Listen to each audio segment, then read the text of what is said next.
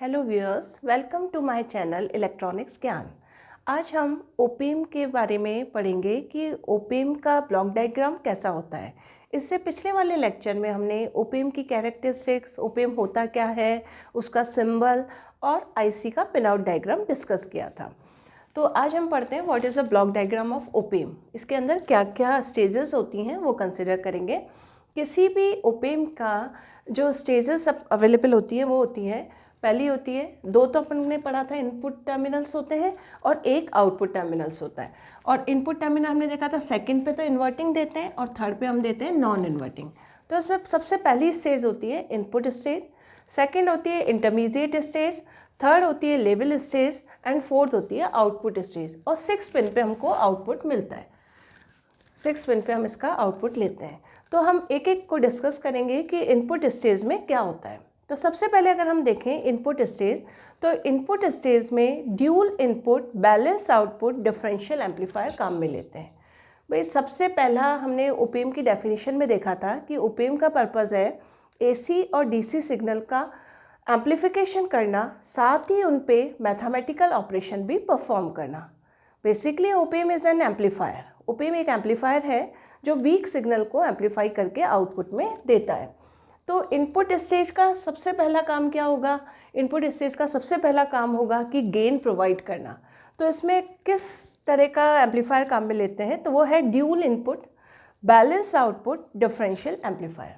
जैसा कि मैंने आपको इसकी कैरेक्टरिस्टिक्स में बताया था कि ये डिफरेंशियल सिग्नल को एम्पलीफाई करना चाहिए, उसके लिए गेन इन्फिनिटी होना चाहिए और कॉमन मोड के लिए इसका गेन 0 होना चाहिए। तो ओपेम सबसे पहली चीज़ ओपेम में आ गई कि it is a differential amplifier. तो हमने कहा एक डिफरेंशियल एम्पलीफायर है। ड्यूल इनपुट, क्योंकि इसमें दो इनपुट होते हैं, inverting input and non inverting input, इसलिए इसका नाम पड़ा ड्यूल इनपुट। बैलेंस आउटपुट से मीनिंग ये है कि इसके अंदर ओपेम का अभी हम इंटरनल सर्किट डिस्कस करेंगे नेक्स्ट लेक्चर्स में, तो उसमें हम देखेंगे कि ओपेम में 2 ट्रांजिस्टर्स होते हैं। तो दोनों ट्रांजिस्टर के बेस पे इनपुट सिग्नल दिया जाता है और आउटपुट दोनों कलेक्टर के डिफरेंस के बराबर मिलता है। यानी आउटपुट 2 कलेक्टर के बीच में ले रहे हैं, इसलिए इसका आउटपुट कैसा मिलेगा? बैलेंस आउटपुट मिलेगा। तो जो ये इनपुट स्टेज है ये वाली, इसका हमने नाम दे दिया it is a dual input balance output differential amplifier. तो ये इसके सारे शब्द का मीनिंग हमको क्लियर हो गया कि 2 इनपुट हैं इसलिए ड्यूल इनपुट, 2 कलेक्टर के बीच में आउटपुट ले रहे हैं इसलिए बैलेंस आउटपुट, और डिफरेंस सिग्नल को ये एम्पलीफाई कर रहा है इसलिए ये कहलाता है डिफरेंशियल एम्पलीफायर। अब जो ये स्टेज है ये इसको मैक्सिमम गेन प्रोवाइड करती है। मीन्स इसके लिए क्या होना चाहिए? High gain. इस स्टेज का गेन बहुत हाई होना चाहिए। मैक्सिमम गेन यही स्टेज ओपेम को प्रोवाइड करती है। अब हमने कंडीशन मैंने आपको बताई थी कि किसी भी अच्छे एम्पलीफायर के ओनली होना चाहिए high input impedance and low output impedance. तो इसकी इनपुट इम्पीडेंस क्या होनी चाहिए? हाई होनी चाहिए। तो ये जो इनपुट स्टेज है इसकी हाई इनपुट इम्पीडेंस होती है। मतलब किसी भी जो पहली वाली स्टेज है उसमें ये 3 चीज़ों का होना ज़रूरी है अच्छे एम्पलीफायर के लिए। First is dual input balance output differential amplifier, second is high input impedance और थर्ड इज हाई गेन, कि ये बहुत हाई गेन प्रोवाइड करता है। नेक्स्ट है हमारी इंटरमीडिएट स्टेज। अब जैसे इंटरमीडिएट स्टेज के अंदर जो एम्पलीफायर काम में लेते हैं वो होता है dual input unbalance output differential amplifier. अब ड्यूल इनपुट का मीनिंग क्लियर है कि इसमें 2 इनपुट है। तो हम देखो इनपुट स्टेज का जो आउटपुट है वो 2 जगह से ले रहे हैं। तो इंटरमीडिएट स्टेज के लिए क्या हो गए? 2 इनपुट हो गए। यहाँ पे हमने ऐसे ही शो किया है कि अगर 2 इनपुट है तो 2 टर्मिनल ले लिए यहाँ पे, और इनका सिंगल इनपुट है तो एक सिंगल टर्मिनल अपन ने शो किया है। तो ये हो गया dual input unbalance output differential amplifier. मतलब 2 इनपुट होते हैं लेकिन अनबैलेंस होता है। अनबैलेंस का मीनिंग मैं अभी आपको बताती हूँ क्या होता है। अनबैलेंस इसमें आउटपुट मिलता है और ये एक डिफरेंशियल एम्पलीफायर है, यानी इनपुट के डिफरेंस को ये एम्पलीफाई करता है। अब अनबैलेंस से यहाँ पे क्या मीनिंग है? अनबैलेंस से मीनिंग है कि आउटपुट किसी भी एक ट्रांजिस्टर के कलेक्टर पे ग्राउंड के रिस्पेक्ट में लिया जाता है। जैसा कि मैं आपको बता रही हूँ कि ओपेम के अंदर क्या होता है, 2 ट्रांजिस्टर्स होते हैं। जो इनपुट है वो दोनों ट्रांजिस्टर के बेस पे दिए जाते हैं, एक इनपुट एक के बेस पे, दूसरा इनपुट दूसरे के बेस पे, और जो आउटपुट लेते हैं वो दोनों कलेक्टर के वोल्टेज के डिफरेंस के बराबर आउटपुट लिया जाता है। अगर दोनों कलेक्टर के डिफरेंस के बराबर आउटपुट लेते हैं तब तो वो कहलाएगा बैलेंस्ड आउटपुट। लेकिन यहाँ इंटरमीडिएट स्टेट में अनबैलेंस लिया जाता है।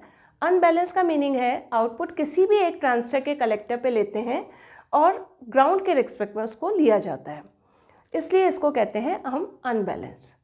अब देखिए इसके अंदर क्या होता है कि चूँकि अनबैलेंस आउटपुट लिया जाता है तो क्यूसेंट कंडीशन में कुछ डीसी वोल्टेज भी एम्पलीफाई होके आपको आउटपुट कलेक्टर में मिल जाते हैं, यानी कुछ डीसी वोल्टेज एसी के साथ साथ इसमें आउटपुट में आ जाते हैं, तो कुछ एरर इस स्टेज में इंट्रोड्यूस हो जाती है ड्यू टू अनबैलेंस आउटपुट। अगर हम दोनों कलेक्टर के डिफरेंस पे दोनों कलेक्टर पे आउटपुट लें, उनके डिफरेंस के बराबर अगर आउटपुट लें तो जो डीसी वोल्टेज है वो दोनों ट्रांजिस्टर के वो कैंसिल हो जाते थे, तो एरर वोल्टेज नहीं आता था। लेकिन यहाँ एक ही कलेक्टर पे आउटपुट ले रहे हैं विथ रिस्पेक्ट टू ग्राउंड, तो क्या होता है कुछ डीसी एरर वोल्टेज इसमें इंट्रोड्यूस हो जाते हैं। इस स्टेज का भी हाई गेन होता है, इसका भी गेन बहुत हाई प्रोवाइड करता है, लेकिन इनपुट स्टेज की तुलना में इसका गेन आधा ही होता है। गेन ये भी प्रोवाइड करती है स्टेज, इंटरमीडिएट स्टेज भी गेन प्रोवाइड करती है, बट इनपुट स्टेज का सबसे ज़्यादा होता है। मैंने आपको स्टार्टिंग में बताया था कि मेन जो गेन है वो यही स्टेज प्रोवाइड करती है, तो इस समय जो गेन मिलता है वो लगभग इसका आधा मिलता है। तो ये हो गया हमारा इंटरमीडिएट स्टेज। अब जो डीसी वोल्टेज हमको प्राप्त हुए हैं उसको नलीफाई करने के लिए अपन नेक्स्ट स्टेज काम में लेंगे लेवल स्टेज। लेवल स्टेज का पर्पस है, लेवल स्टेज में एमिटर फॉलोअर काम में लिया जाता है। Emitter follower means CC configuration, common collector configuration काम में लेते हैं। इस स्टेज का पर्पस है कि यहाँ से जो डीसी मतलब एसी सिग्नल के एम्पलीफिकेशन के साथ साथ डीसी सिग्नल भी इंट्रोड्यूस हो गया है, उस डीसी सिग्नल को ज़ीरो बनाना विथ रेस्पेक्ट टू ग्राउंड। तो इसका पर्पस हुआ डीसी लेवल को ज़ीरो बनाना विथ रेस्पेक्ट टू ग्राउंड। अगर डीसी लेवल, भाई हम यहाँ पे अगर डायरेक्ट कपलिंग काम में लेते हैं, डायरेक्ट कपलिंग मतलब एक एम्पलीफायर का आउटपुट दूसरे के इनपुट पे डायरेक्टली अगर कपल करते हैं तो एसी के साथ साथ जो डीसी सिग्नल आया है वो हमारे ऑपरेटिंग पॉइंट को शिफ्ट कर देगा, और अगर हमारा ऑपरेटिंग पॉइंट शिफ्ट हो गया तो आउटपुट जो मिलेगा वो डिस्टॉर्टेड मिलेगा। तो इस प्रॉब्लम को सॉर्ट आउट करने के लिए लेवल स्टेज काम में ली। लेवल स्टेज में एमिटर फॉलोअर काम में लिया। इसका पर्पज़ है जो डीसी लेवल आ रहा है, जो डीसी सिग्नल इंट्रोड्यूस हो गया है आपके साथ एसी के साथ साथ, उस डीसी को ग्राउंड के रेस्पेक्ट में ज़ीरो बनाना, ये हमारी लेवल स्टेज का काम है। अब लेवल स्टेज उस डीसी लेवल को ज़ीरो बनाकर आउटपुट स्टेज के इनपुट पे सिग्नल प्रोवाइड करती है। अब आउटपुट स्टेज क्या करती है? आउटपुट स्टेज में हम पुश पुल कॉम्प्लीमेंट्री एम्पलीफायर काम में लेते हैं। इसका पर्पस होता है आउटपुट स्टेज का इंक्रीज करंट सप्लाई कैपेसिटी, ये करंट की सप्लाई को बढ़ा देता है। आउटपुट स्टेज करंट की सप्लाई को बढ़ा देता है। इसके अलावा ये आउटपुट वोल्टेज स्विंग को भी बढ़ाता है, यानी आउटपुट वोल्टेज में स्विंग ज़्यादा होता है इस पुश पुल स्टेज में। इसके अलावा it provides low output resistance. ये हम चाहते भी थे कि एक अच्छे एम्पलीफायर के लिए हाई इनपुट इम्पीडेंस होनी चाहिए और लो आउटपुट इम्पीडेंस होनी चाहिए। तो इनपुट स्टेज तो अपने प्रोवाइड करती है हाई इनपुट इम्पीडेंस, और जो ये आउटपुट स्टेज है इसमें पुश पुल एम्पलीफायर काम में लिया है, ये लो आउटपुट रेजिस्टेंस प्रोवाइड करती है। तो आउटपुट स्टेज के ये काम हो गए सारे। पहला तो इसके अंदर हमने क्या काम में लिया? पुश पुल कॉम्प्लीमेंट्री एम्पलीफायर काम में लिया। सेकेंड, इसने करंट सप्लाई बढ़ा दी और वोल्टेज स्विंग को भी इसने बढ़ा दिया। उसके अलावा ये लो आउटपुट रेजिस्टेंस प्रोवाइड करता है। इसके अलावा इस ब्लॉक डायग्राम में और क्या देख सकते हैं हम? दो इनपुट टर्मिनल्स देख सकते हैं।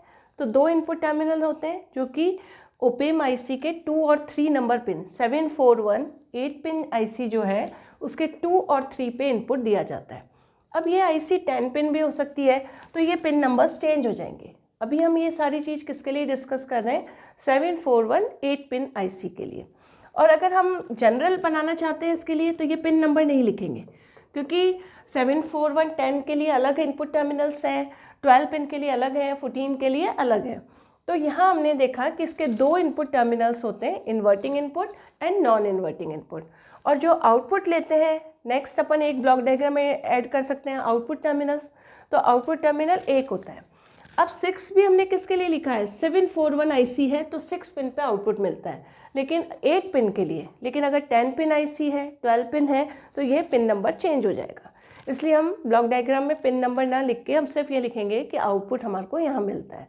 तो आउटपुट टर्मिनल जो है 6 पिन अगर अपन देखें तो जो आउटपुट मिल रहा है वो विथ रेस्पेक्ट टू ग्राउंड मिल रहा है। तो कितने भी पिन की आईसी हो, आउटपुट ग्राउंड के रिस्पेक्ट में इसमें लिया जाता है। और इनपुट ये 2 हो गए। तो ये अपन ने स्टडी किया block diagram of an op amp. Thank you.